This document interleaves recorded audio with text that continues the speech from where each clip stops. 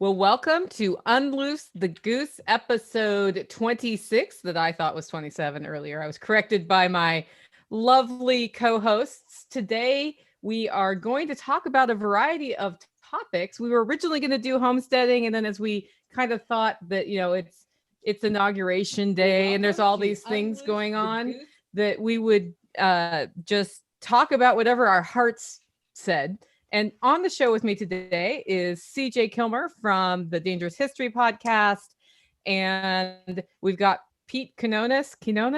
I swear, Pete, I'm sorry. Did I say that right? I can always tell people who don't listen to my podcast because I only pronounce it perfectly at the beginning of every episode. It was close enough.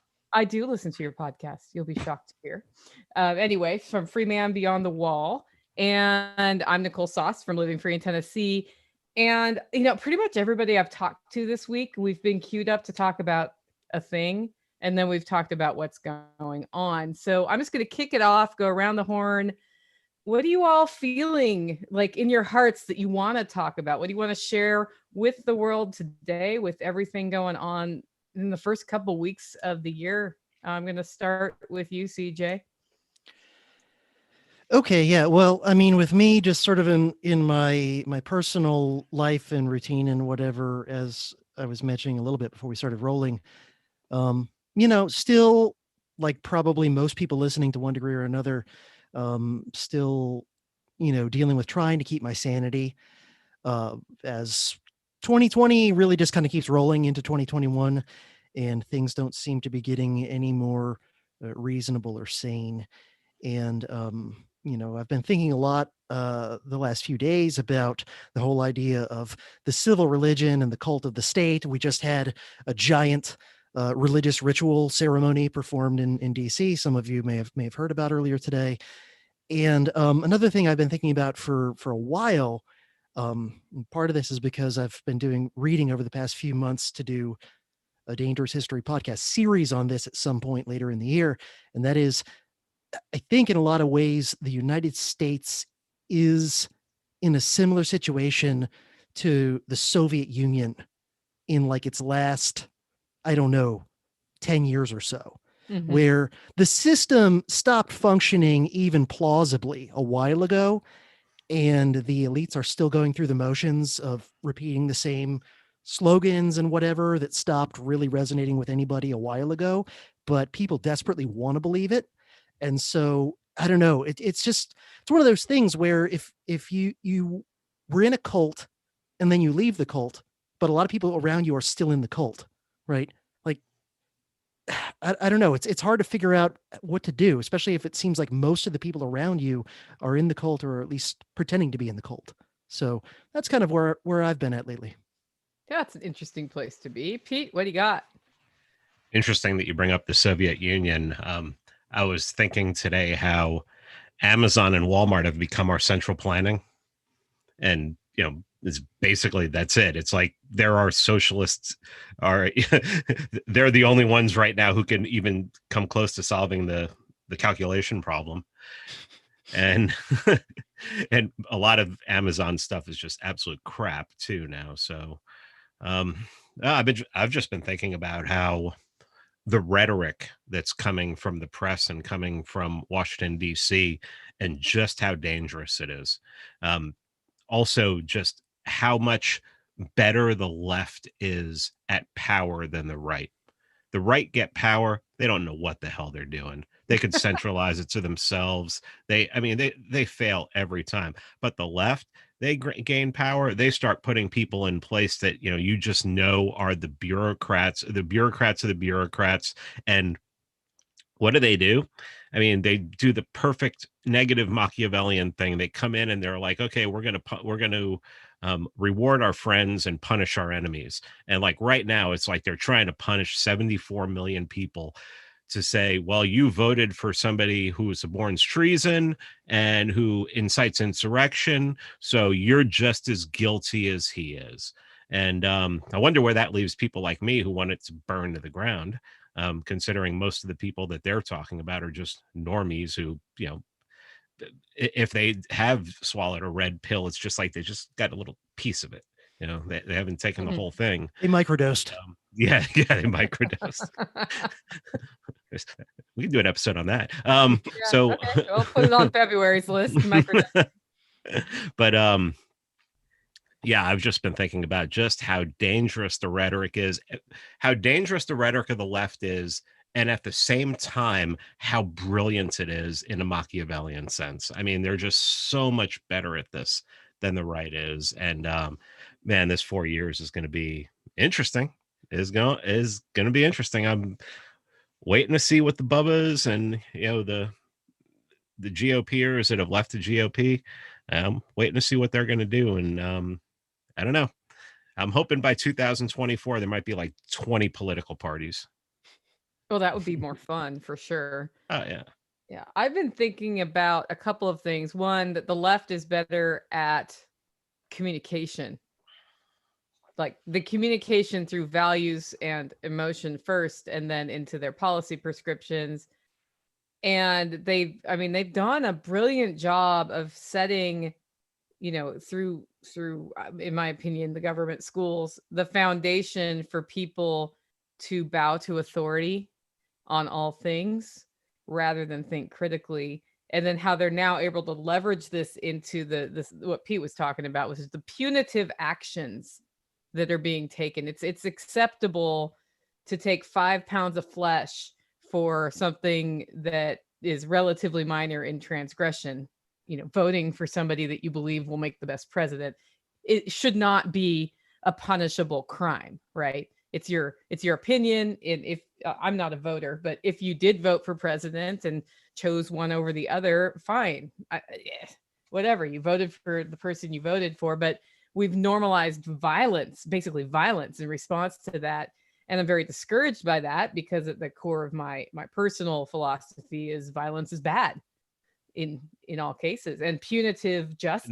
Not in all cases. Well, that's true. In defense of myself, I would agree with that, Pete. But it's just normalized, and then we're shocked when we've normalized violence and more violence happens. And then it's like you're watching these robot people, or they're almost like they're hypnotized. They have this look on their face, and if you push this button, they do this, and if you push that button, they do that. And for a long time, I was railing against it, and now I feel like there's nothing I can do. There's nothing I can do. So I don't mean to be hopeless, but that's what's been going through my mind. So as we look at the current situation, where do you look in history, or to just compare it to what's happened in other countries or happened in the world, and how do we learn from that? What are your thoughts on some of that? I think it's one of those things where, because I kind of agree with the Mark Twain idea that history doesn't repeat itself, but it often rhymes. And so, there's never like a 1-to-1 where you can just say, oh, this one historical case matches perfectly onto what we're doing. To me, it's always like an amalgamation of aspects from different things. And so, there's elements of this you can compare to the decline of a number of empires, the Soviets being the most recent, but obviously there's some parallels to aspects of Roman decline as well. But another one I've been thinking about, especially ever since I did an episode back, I think around the time of the election, give or take, with the title, "A Civil Religious Civil War?" ? Right. And this idea of civil religion, are we basically watching two rival cults battling in the same way as like Protestants and Catholics fought in the 1500s, right? Over who's the right Christian or whatever. And they're slaughtering each other by the truckload over this. And what this got me to thinking as another thing, aside from there's aspects of the Soviet decline that, match up with where we're at, there's also some interesting parallels to the Troubles in Northern Ireland from the 60s through the 90s. Mm-hmm. And in particular, what reminds me of it is that you've got, two hostile political / religious factions in the same, overlapping territory, right? And at the same time, like they each have sort of like their, street fighters. We've seen a little bit of irregular warfare in the US over the past year. It's not yet at the point like Northern Ireland where there's, car bombs going off every other day and people, drive by shooting at pubs full of their rivals or whatever. But still, you're starting to get, some violent elements on the left acting out, some violent elements on the right acting out. And then you've got the state, right? And in the case of Northern Ireland, the state, which was, the UK government in Northern Ireland, their claim was, we don't have a dog in this fight between, loyalists and Catholic nationalists in Northern Ireland. No. We're just trying to stop the violence and kind of have basic law and order and whatever. Except they clearly were taking sides most of the time.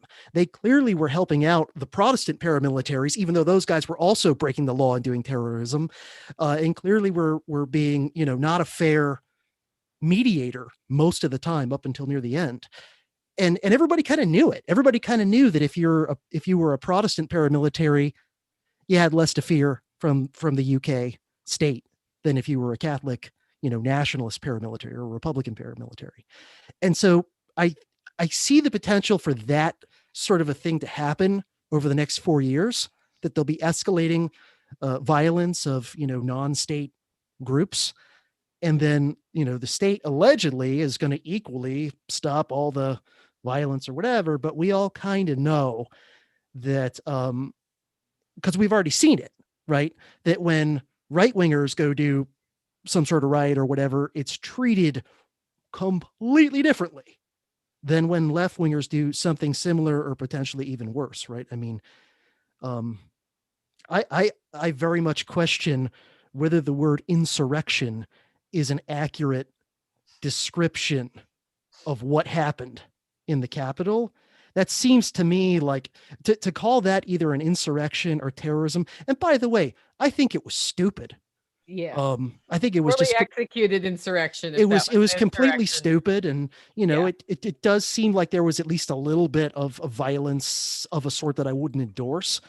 But, that's really that's like pretending that America was completely infiltrated and crawling with commies in the 50s, rather than like, yeah, there's a handful of, Soviet operators here and there and a few sympathizers here and there, but it's not like communism was actually just, completely taking over America in 1954. But it was useful to the state to pretend, right, that they believed that, to justify, all the authoritarian things they were rolling out in the Cold War. And so, there's this pretending, oh, this is an insurrection, this is terrorism. It's like, really? Wouldn't they need weapons? I mean, we're the most well-armed country in the world as far as the populace goes. Yeah. And you would think, and it's almost like these right-wingers were like, well, DC has some really bad gun laws, so we probably shouldn't go armed. Yeah. That sounds like that sounds like conservatives, right? I mean, that sounds like right-wingers, Well, law and order. When I look at what happened, the obvious word to describe what happened is riot. LARP. I call it a LARP. Well, it looked like when a bunch of teenage boys are like, let's go break into the high school. And then they get in and they're like, now what? Yeah, right. That's what it looked like. I was up. Terrifying as I'm sure that was for people in there. Yeah. I was in the area. I wasn't there. But when I was coming home that happened on Wednesday, I was flying home from Baltimore Washington International on Friday. I mean, it was like everyone who was going home, it was all boomers. It was, I mean, so you're talking about like they had this huge rally that was like, I think a mile away. And then you had the Renaissance Fair decided that they were just going to storm the Capitol. And, I mean, I don't know what the hell happened, but, all the people I saw going home were just these dejected boomers were just like, oh my God, where's Trump? Q wasn't right. Oh my goodness. I mean, you want to talk about the people still fall for psyops like that is just I can't believe it, man. I can't believe it. It just really goes to show the success of government schools.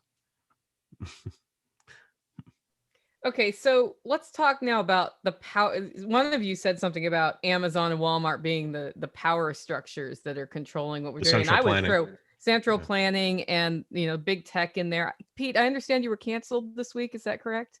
by Yeah, Twitter? I got nuked on Twitter yesterday. Yeah, CJ, you still with us there?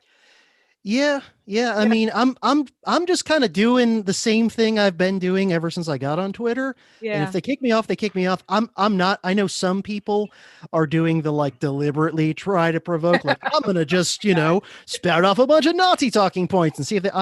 My view is more just like I'm not gonna alter my behavior one way or the other. I'm Yeah. gonna keep saying what I want to say, what I would say if there was no sort of Damocles, whatever, and chips fall where they may. So I've been making friends with I was making friends with commies and mostly attacking blue pilled libertarians mhm. because I would rather hang out with red pilled tankies than blue pilled libertarians. I think blue pilled libertarians and blue pilled people in general are the friggin' enemy. You know, What do you and mean by blue pill blue libertarian? blue pilled a Mhm. blue pilled libertarian, the ones that don't realize that don't hate the state. Mhm. I mean, the people who still think that, oh well, we could do this and we could do that, or they've bought into the woke shit. Those people gotta fucking go. I mean, they have to go. They are the worst. And I mean, that's not libertarianism. There's no individualism to that. You're lumping people into groups.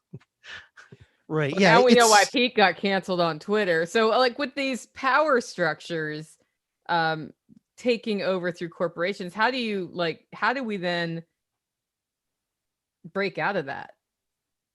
It's like I get stuff from Amazon. I'm dependent on them. Well, maybe I'm not anymore, but I think a lot of people are dependent on the supply chains that are controlled by giant corporations.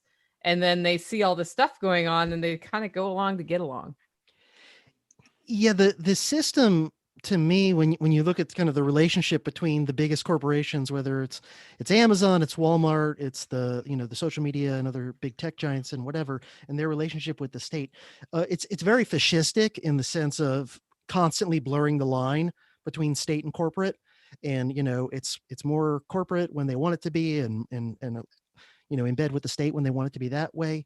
And one of the benefits, just from a purely tactical sense, that you get from a fascistic corporatist system versus like an outright, communist Bolshevik system, is the fascistic system at least has enough aspects of the market that it'll be more efficient and productive than a purely like Soviet communist system, right? And so, it's not going to be, I think we'd all agree, probably as productive as a true, genuine market system, but it's going to be more productive and resilient and better able to kind of bribe enough of the populace into being happy than something like the Soviet system, which is just so bad at providing a decent standard of living and basic consumer goods and whatever. And so, to me, that's kind of what's going on. And I think about it in the same way. Again, I just keep getting drawn back in different ways to the Soviet comparison.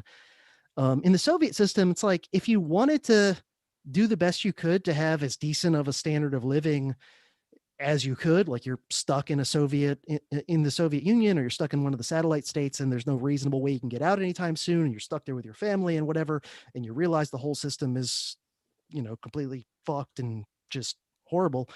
Then it becomes just a game.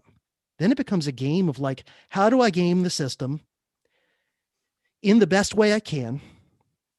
And do my best to not do any additional harm to anybody that I don't have to do, right? Do my best to I don't want to go volunteer to be a KGB agent or something like that, right? Or go volunteer to be a Stasi rat. But, I don't have any moral obligations to the system. And I didn't choose to be put in this system and in this situation, right? And so, when I go buy something from Walmart, I go buy something from Amazon, because in certain circumstances, it's like, that's all I can do, unless I want to. I mean, I try to go other places when it's an option, right? But for certain things, or for certain things that cost way more, if you go to like a small place or whatever, it's like at a certain point, you've got to just say, this is an amoral system and I just have to game it the best way I can without violating my own principles. Yeah, we are what I believe is like talking about Amazon and Walmart and how basically you have like a few companies that are doing central planning. I was just looking at everything on my desk, and everything on my desk here, all my equipment, everything either came from Amazon or Best Buy. Mhm. So, there really is a condensed and central plan place to get your things from. All that has to do is break down a little bit. All that has to do is make people who are pretty comfortable right now uncomfortable.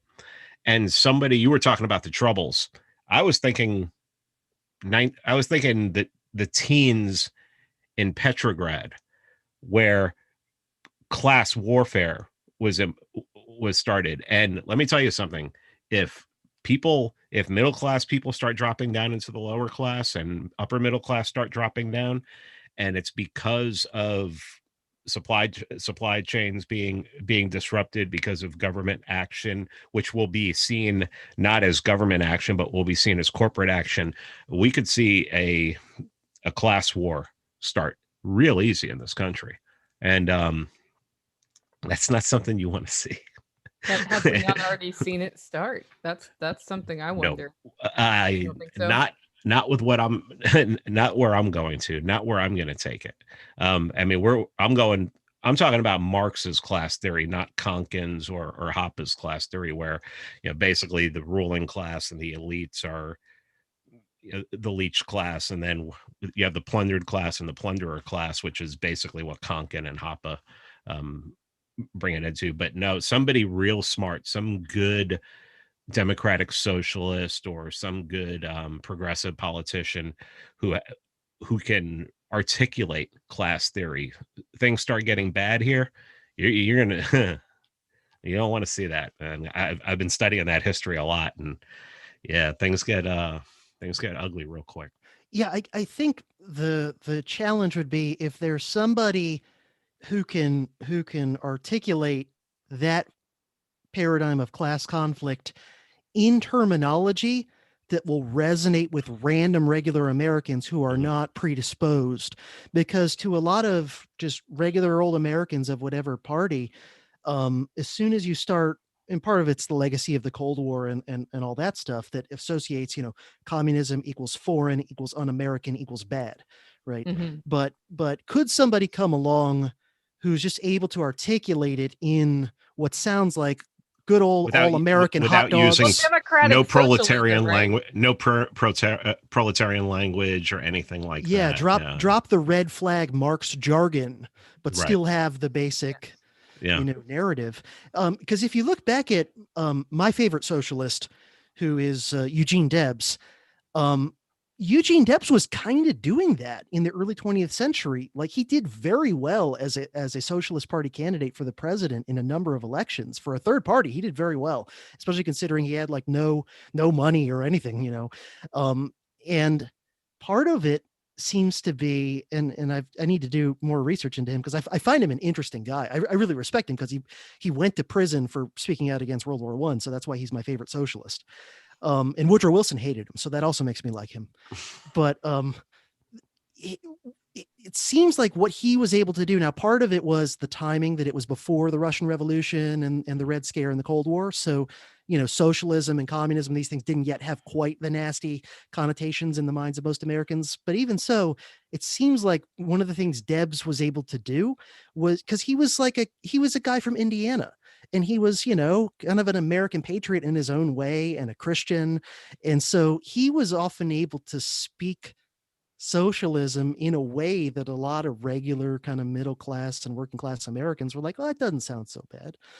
And so if a person comes along like that, somebody like AOC or whatever, they're not going to resonate with anywhere near enough of the country outside of the Northeast and the West Coast. But if someone came along who could be and speak like that all American, eating hot dogs at the baseball game sort of person, and then drop in class, tensions and increasing, because these things, this is one of those things that I actually agree with Thaddeus Russell when he says that libertarians don't do a good job of dealing with class tension. Yeah. Like, don't have a great way of sort of understanding it and taking it into account and analyzing it. Right. because the fact of the matter is it's just always going to be there. Mhm. It's kind of hardwired into our DNA, I think, by our evolution as tribal primates, that like if there's giant numbers of people who are barely getting by and there's a tiny number of people who are living like kings, sooner or later the have-nots are going to do something. And you could have all the natural rights arguments in the world and it's not going to matter at a certain point. Yeah, the torches and pitchforks will come out really quick. Yeah. That ought to I've be s- fun. Yeah. Hey, Everybody got their pitchfork? it just you just got to get popcorn futures, invest in popcorn futures because we're going to need them. Yeah. I mean, I wouldn't be sad to see, certain members of the elite get theirs. Let's put it that way. I would be worried that, like these things always do, it'll go off the rails and eventually start whacking people that don't deserve it. Yeah.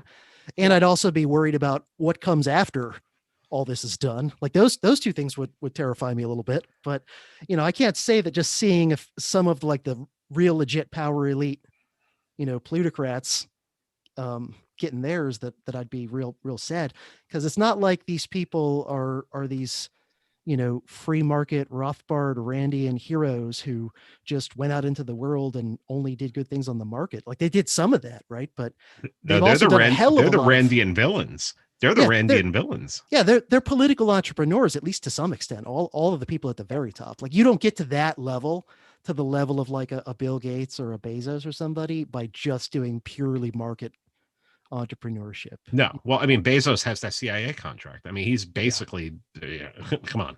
It's like Parler was on CIA servers. Way to go, guys. Well, yeah, they've learned that lesson a really hard way, and it'll be interesting to see if they come back. The vilification campaign of Epic. They're now they're linking Epic to Russia. That's started. Which Epic is where Parler has landed for a host. So just the communications has already started there. So I don't know. I still say the left hates Russia because they abandoned communism. It's the only reason the left hates Russia right now. It's just doesn't make any sense. It's like, how the hell did Russia become their enemy? Okay, I've got a totally new topic off of YouTube. Does anyone have any fun or interesting 2021 goals or new skills they want to learn? Yeah, I actually have a goal, and I actually put it, tacked it on to the podcast that I released today. Is I'm looking to do a daily live show. Oh, cool. Yeah, and basically what it would be is concentrate on exposing the crimes of the what we call the cathedral, the state, the academia, and the press, the corporate press, all working together as one. So I actually put that out as a feeler today, and I've gotten quite a few emails, people saying, yes, I'd support it. Yes, I'd support it. So yeah, that's one of my goals this year, is as soon as possible to get that going and do it at least 4 days a week. I want to do it 5. Very cool. Short to medium term, I'd like to lose about 10 pounds, I would say. I lost a bunch. I gained some. Initially, I was gaining muscle, but then I had a few injuries and had to cut way back on how much I was exercising the last few months. And so then I gained a few pounds that were not all muscle. So over the next few months, I'd like to whittle that back down a little bit. Other than that, I'd like to survive this semester. It was a very close run thing last time. I almost didn't make it. You made it though. Yeah. It was the nearest run thing you ever saw, as Wellington said of the Battle of Waterloo.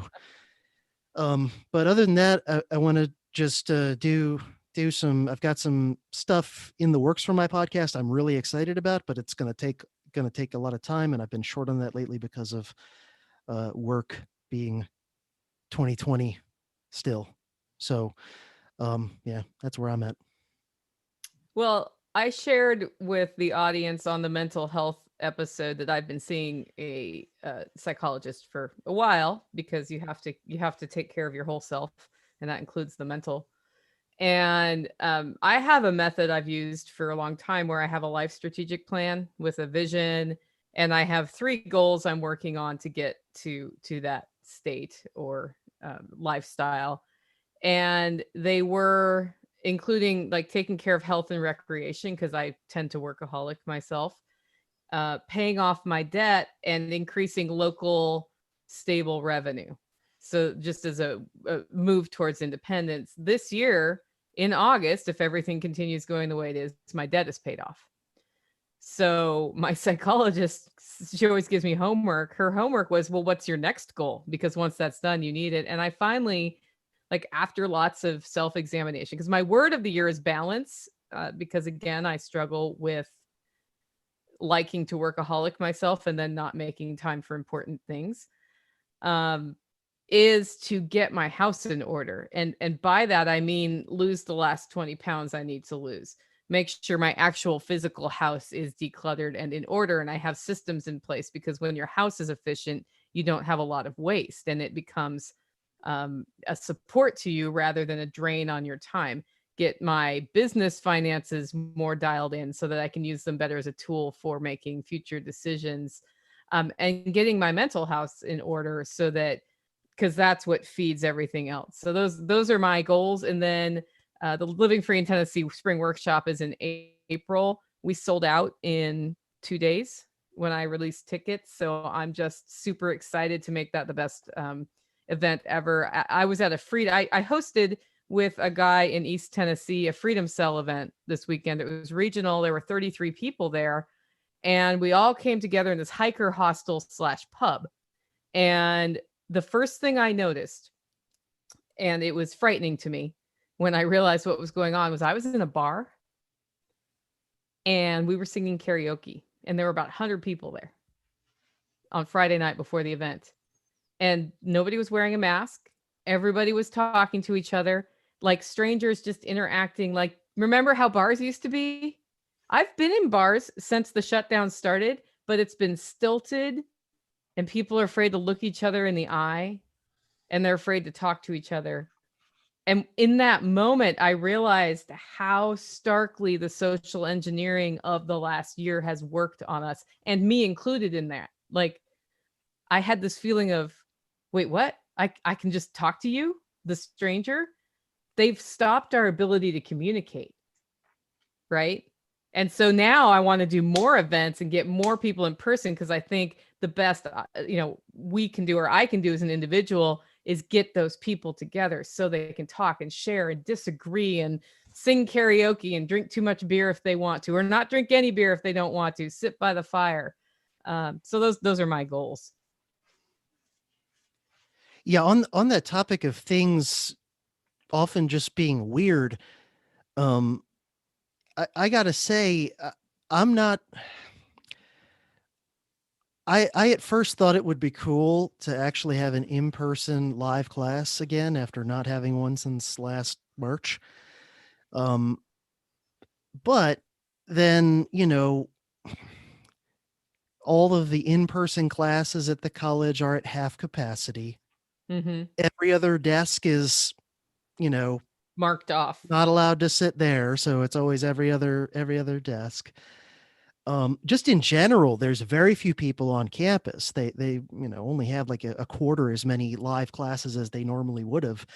And so it's like there's nobody in the hallways. You go down to the student center, there's nobody there. There's nobody in the library. There's not just groups of people walking around chatting between classes, whatever. And the hallway that my office is on, there's probably at least a half a dozen other faculty offices there. So far, school's been in session for 3 weeks. I haven't run into not even one of my coworkers who has a faculty office on my wing. And so when I go to campus, and I only go 3 days a week for a few hours each day, but it's actually, if anything, maybe more depressing, just because it's such like a ghost town, post-apocalyptic feel. There's just very few people. Then in my class, there's only like 10 students, and they're all weird, spaced out. The the colleges requiring masks, which, that's not coming from the state. That's coming from the board of trustees or whatever. And I understand in part they're probably just doing it to cover their ass legally. But when you have a 2/3 empty classroom of students that are awkwardly spaced out, that are all wearing masks, like, it just feels it feels more depressing than the Zoom classes, is what I'm saying. Yeah, you're wearing a mask too, right? Yeah. When you teach. Yeah. Yeah. It's really hard to read facial expressions when there's a mask on. Yeah, I bluntly the obvious.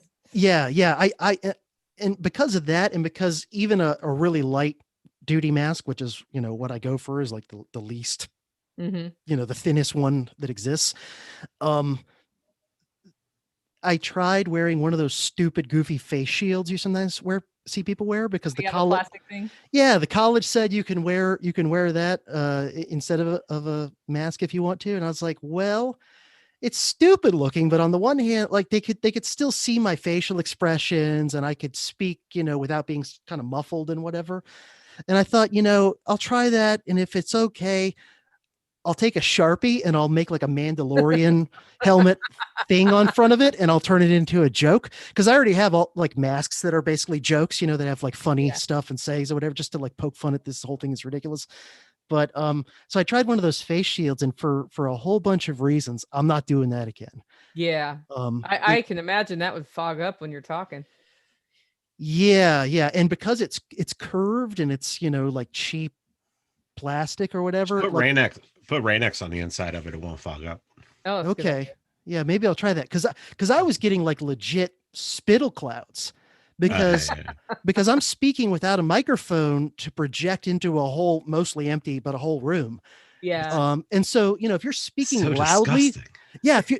that's what I found is way more than I thought. If you're speaking loudly for an hour, that face shield is going to be so like just grossly sprayed with your own juices. So, yeah. That's wonderful. No, I've flown a lot since September. I've probably flown 5 or 6 times, and the airports are just the worst. I mean, I mean, even you go into I go into the Delta Sky Club, and even in there, people are like, it's private club, and people are very happy to wear their masks and everything like that. And when I was coming back from Texas, I was flying Southwest, and our gate, we were late, so they just like got us, just get the hell on there. The gate next to us, the guy at the gate was actually like, I'm going to inspect every one of your masks, and if I don't find this mask to be worthy, you're going to wear this one right here. And I'm like, see, this is what happens when you give somebody who makes $11 an hour a little bit of fucking authority, is they turn into authoritarians. And I was just like, I was so glad that wasn't our gate, and that, even our plane, the plane being late is like, okay, get your ass in there, get your ass in there. Yeah, because they got to go. Yeah. But I mean, it's just, but I know people who are like, they just don't want to travel because of that. And I'm just like, I want to travel just to get the hell out of, go somewhere else, and right. It's just, I get bored real quick, but man, it's traveling. So, and this, even if where you work changes and goes back to the old normal, I don't think flying is going to change for a long time. I mean, it's going to suck. It's really flying has been a cattle car for a while. Like, I remember as a kid and as a teenager, flying was like this kind of special thing you did. Tickets were really expensive, and so you might do it once in a while for a family wedding or something. Or my parents divorced and were across the country from each other, so I flew, and it was like a totally different experience. Now it's like a cattle car. It's like, just to get through the whole security screening, like shoes on, shoes not on, belts off, belts on, laptop in, laptop out. There's all these different little teeny detailed rules that don't really do anything productive to protecting our security, but it's all part of the process. And I think through the compliance of that, it set the foundation for, I think there's going to be compliance for the vaccine passport that they're pushing so hard now. Yeah, and another thing that made flying get worse, even just over the last few decades or whatever, is that they got way more efficient with only doing flights that are near capacity or at capacity. Yeah. Whereas, man, if you go back a few decades, half the time the plane would be half empty, and there was always like you could just jump across the aisle and have a whole row to yourself and whatever. And now it's like almost every time it's full or this close to full. There was one time I went to Ireland a bunch of summers in a row leading student trips over there, and out of all the times we flew back and forth across the Atlantic to Ireland, there was only this one time where the plane was like half empty. And it was the greatest trip across the Atlantic I ever did. I flopped on like a whole 4-seat wide row in the middle and just laid across it. And it was just wonderful. I was like, I would actually like flying if it was like this instead of. When Southwest had the middle seats open for so long, I flew during that time. And that was the same thing. It was like the good old days where you weren't like some dude's elbow wasn't in your waist sort of thing. Or Delta still has that. I saw that. And their tickets are going up higher in price. So they're banking on people would rather pay for a free middle seat. And I might fly Delta because of that. Yeah. I living in Atlanta, Delta's hub is Hartsfield Jackson. So I try. The only reason I took Southwest was Southwest goes directly into Hobby in Houston, and it's a cheap flight. So yeah. I love compared to Bush in that town. I prefer going in and out of Hobby because it's so much faster. And I remember hearing or reading somewhere a while ago that it's not just our perception that planes have gotten like more of a cattle car, that somebody actually checked, and like more recently made airliners, they actually have less cubic inches of like foot room and leg room and whatever. Which is hilarious because the average American is larger than they were 30 years ago, right? And so they're literally shrinking the seats as we're all getting heftier. So. I flew from here to Jekyll Island, and it was like one of those 13-row planes, and it was a Delta and everything. And the seats were noticeably larger because it was an older plane. Mm-hmm. And the seats were noticeably larger. Yeah, and now it's like you get in any. I'm usually either in a 737 or an A320, and those seats are ridiculous, and they really are. I wonder if one of the behind the scenes forces driving that is actually monetary inflation, because that's the reason why, for example, 2x4s aren't really 2x4. Right. And why like the number of ounces in a candy bar or the number of ounces in cereal will sometimes get smaller over time. It's one of the ways to cope with inflation, right? Is to figure out how to, so I wonder if partly that's what's going on, that maybe even a lot of the airline people aren't even really consciously aware that's what's going on, but it's just a matter of we need to squeeze more people in each plane in order to keep covering our costs, because our costs keep going up, right? So I don't know, just a theory. I'm sure it is, because they are, the seating arrangement is based on in a trial if people can vacate the plane in a certain amount of time. It might be 2 minutes, it might be 5 minutes. And the people who are doing the tests or the flight, it's like a plane full of flight attendants and pilots, right? Who know how they're supposed to get out of the plane. And so they have people who design those seats and the configuration with the idea of how can we get one more seat in and still get everybody out under this time limit. And that is fully motivated by the financial piece. They don't really care if we're getting bigger and their seats are getting smaller, right? Just buy 2 seats. Yeah, problem solved for everybody. If efficiency is not always a good thing, I mean, just from a consumer standpoint, I'd rather have the inefficient, the plane's only half full, and there's all kinds of extra leg room that's excessive, right? I mean, there are downsides to efficiency. Oh, I am a 5'7" woman. United Airlines, coach class or whatever, my knees actually touched the seat in front of me. So I'm not that tall. I'm very sad for all my friends who are taller than 5'7" and have to fly United, because it's uncomfortable. Yeah, I mean I'm statistically like the exact average male height. I'm 5'10" and a half. And it's often rough for me for leg room. I can only imagine someone over 6 foot, what they deal with. But I used to weigh over 300 pounds, and I can tell you the first time I flew on a plane after losing 100 and something pounds, I got on there and I was like, holy cow, look at this. I've got all this, extra room or whatever. But then I got used to it. Now I'm like, oh, these seats are tiny. This They sucks. suck. But the first time it was beautiful. Yeah. Yeah. Okay, so with all the stuff going on, the question fight or flight does come up. So what do you guys think? Fight or flight? When's it time to stay and fight? And when's it time to bug out? Do you mean bug out of a locality or bug out of an entire country? Either. You can interpret it however you like. I think in this context, country is probably okay. We'll go with country. My answer would be there's like a balancing act in terms of how many obstacles and impediments does an individual have to doing it versus how bad are things getting where you are, right? So the more obligations and impediments and things you have tying you to a place, the higher the threat or danger or problem level has to get before you leave. So, if I was a single guy without much in the way of family obligations or whatever, and I was sitting on a nice pile of dough, I probably would have already left. But I'm not a single guy, and I don't have a pile of extra dough laying around that's big enough to, make me relocate to another country in the style I've been accustomed to.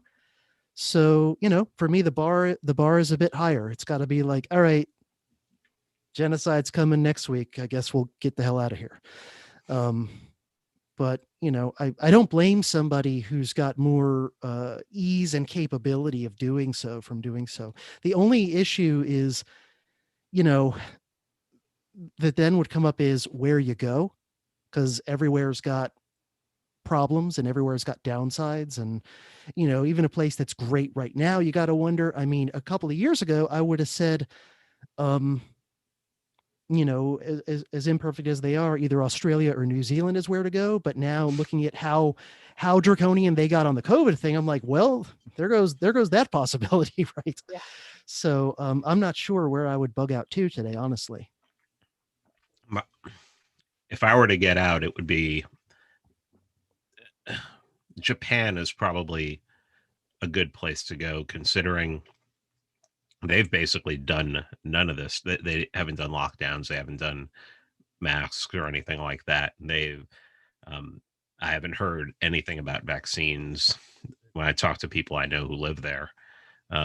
Obviously, Vin talks about Saipan a lot, monoculture, and everybody's related to each other. So it was like literally the U.S. military would have to come in there and like go get draconian in order to change that cult. Well, not change the culture, but force them to do what they would do. I mean, I get contacted by people all the time now who moved to Mexico and they found their little niche down there and they love it. And they feel like it's a lot better than here. It's funny when I think the people who are still spewing this is the freest country in the world have not visited many other countries, because there's a lot of countries you go to where you don't see any police for days. Maybe they're there, but they're undercover or something, and they're not pulling people over for speeding and doing things like that. Every place has its, and there are some places you could go that are really expensive, and some places you would go that are, the taxes are high, things like that. But when it comes down to it, I just really want to be left alone. And that's it. So everyone I know, Americans that I've talked to who've moved to Japan, say it's just the culture's great, leave you alone kind of culture. Saipan, the same thing. Mexico, to a certain extent, I mean, you can pay off cops to leave you alone, so I mean that's nice when there's so much corruption that you can just be like, here's a 20, go away, kind of thing. I wish that would happen here already, but Yeah, and the other thing is in a larger country, there's a huge amount of difference from one city or one Yeah. state or one province to the next, right? So, there's tons of places in Mexico I would not want to even visit. right. But then there's, places, some of Oh, which yeah. are kind of like, you know, hidden gems or whatever, where things are cool. And that, I think that's the case in a lot of, bigger countries, right? That Yeah. it There's very American much, there's American towns on the Baja Peninsula. Like La Paz is basically Yeah. an American town, so I've talked to people who've moved down there, and it was, they weren't rich, but they weren't, they weren't poor, and they were able to buy a house on the beach and a vineyard and things like that, and live a very comfortable life, get left alone, and yeah, I mean, if you can do it, if you got a chunk of change saved, I mean, now would be the time. Now would And be the time. it's just insane. I mean, it's insane here. It's so, the rhetoric is really what, I mean, people could say, oh, well, it's just talk and everything. Well, then it's not talk, it's ideas, and ideas spread and ideas take hold. So, yeah, I think it's troublesome.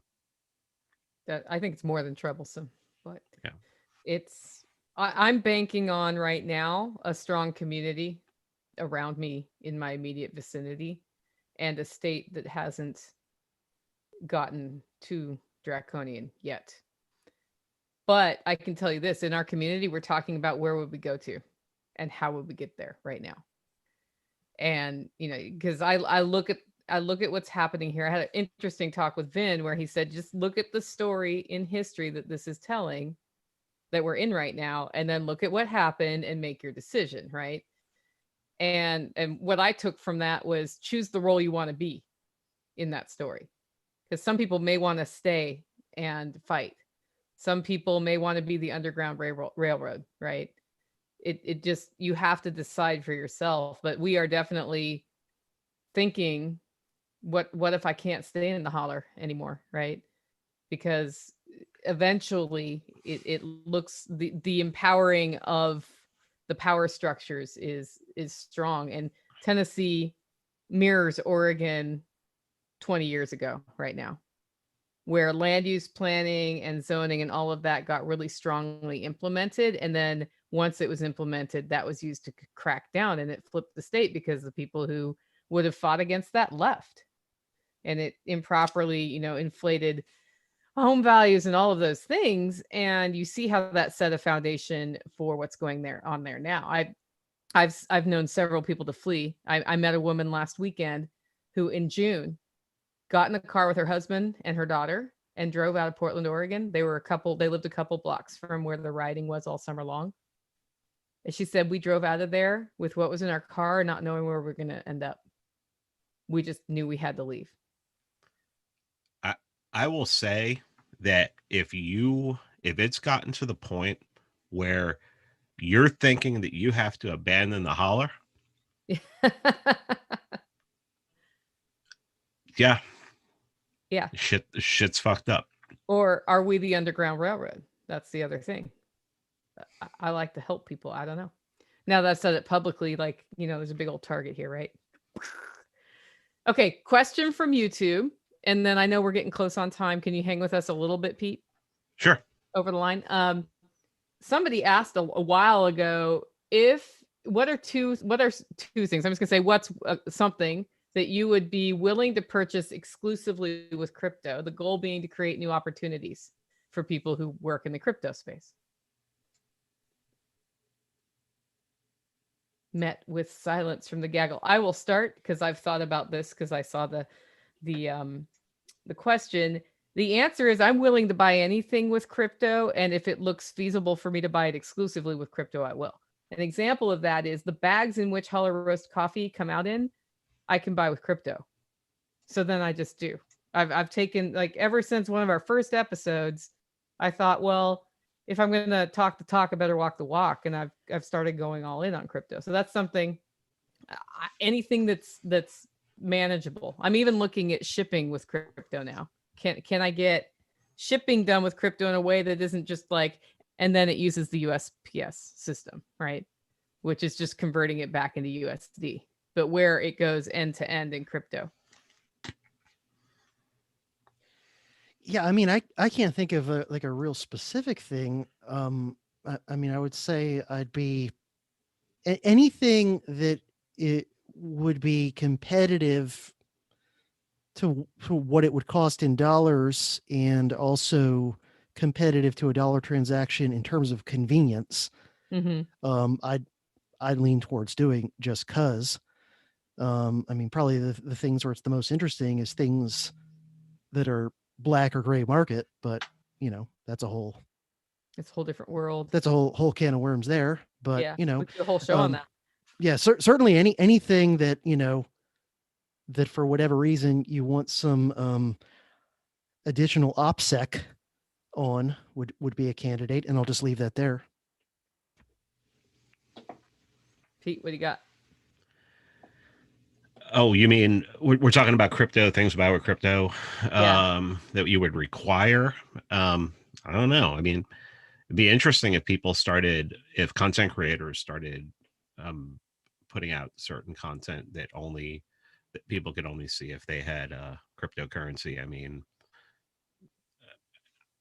it would have to start with somebody who has a pretty big platform and everything like that. But that would be cool. Yeah. It would be nice if a grocery store chain or something started accepting crypto. I remember they were talking about Kroger doing that a couple of years ago. They were going to stop accepting Visa and they were going to accept Bitcoin. And I was like, well, let's see if that happens. But I don't know. I mean, I accept crypto for a couple books that I wrote and for yearly support and everything. And I actually had somebody send me a large amount of Bitcoin last week. That was very nice. I woke up and I was like, oh man, this is better than waking up to, never mind. And so, yeah, I mean, I think Vin's thing where he, his second book was only available for crypto. I thought that was a good idea. It forced people who had never bought crypto before, if they wanted his book, to buy crypto. And he said that he made way more money off of that book than the first one that was on Amazon. Oh, that's interesting. Yeah. So like if the Goose is going to have 2 shows a week, our second one has to be for crypto behind paywall is what you're saying. Yeah, crypto paywall. Like that. Yeah. I like the idea. Yeah. On a site that only takes crypto. Which we can totally do on our site right now. Great. Well, so I know we're getting short on time. What do you want to leave people with? It's kind of been a variety show. We're all feeling the weight of the changes that have been happening. What are your last thoughts to folks as we wrap up tonight? You want me to go first? Sure. Head out to the range. Get to know your weapons, and hopefully you stocked up on ammo and keep them clean. And yeah, that's about it. CJ, what do you got? Yes, and try to get in or stay in as good of physical health and athletic shape as you can, because you never know when. That's one of those things that, like our absent co-host Jack would say, that's a good thing whether times get tougher, even if they don't. Because even if the shit never hits the fan anywhere near you, you're still healthier and stronger and all that stuff. And I'm saying this as someone who's struggling with it every damn Groundhog Day. Try to keep your sanity as best you can. For your own sake, for your loved one's sake, if you have any dependents or family that you need to worry about. And also keep in mind that if everybody around you is losing their mind and you're staying sane, you have a huge competitive advantage. So it's worth trying to stay sane for that reason too. Yes, and yes. My other addition would be find your people, be in a community, foster your community, foster those relationships. Yeah. Don't expect your community to just be there if you haven't put your own heart and soul into it, and don't expect it to be there in 1 or 2 days of trying. It's a long-term thing, and that's why you want to find your people, whoever they are, whether it's through a freedom cell, whether it's through talking to people in the comments in our social networks, whether it's going to church, anything, but find your people. Because if your choice is not flight and things do get really bad here, if you look at places where things have gotten bad, the people who seem to do the best are the ones who have mutual assistance support networks through their relationships, including people who work at grocery stores, being able to get them first access to things, to supplies as they come in, right? There are lots of ways we can help each other. But if we don't feed that, then you don't have it when you need it. Okay, guys. Well, thanks for joining us on this 26th episode of Unloose the Goose. If you want to stay connected with us, go to unloosethegoose.com, sign up for our email list, or just go to one of the social networks and interact with us. We are on MeWe. That's where we are the most active. Well, actually, also on our Telegram group. Those two areas are where I see the most conversation. I can tell you, after what's been happening, that I can't think of a co-host all that interested in using Facebook as a tool for us. So what I've noticed on Facebook is Jack is up there posting in the Goose group, why haven't you guys left this platform yet? And honestly, I haven't been in there doing much either. I don't know if y'all have, but I would say, after being given notice by big tech that we are actively putting our effort into some of these alternative networks and looking actively for decentralized platforms like Odyssey instead of YouTube, for example. So do go follow us there, and have a great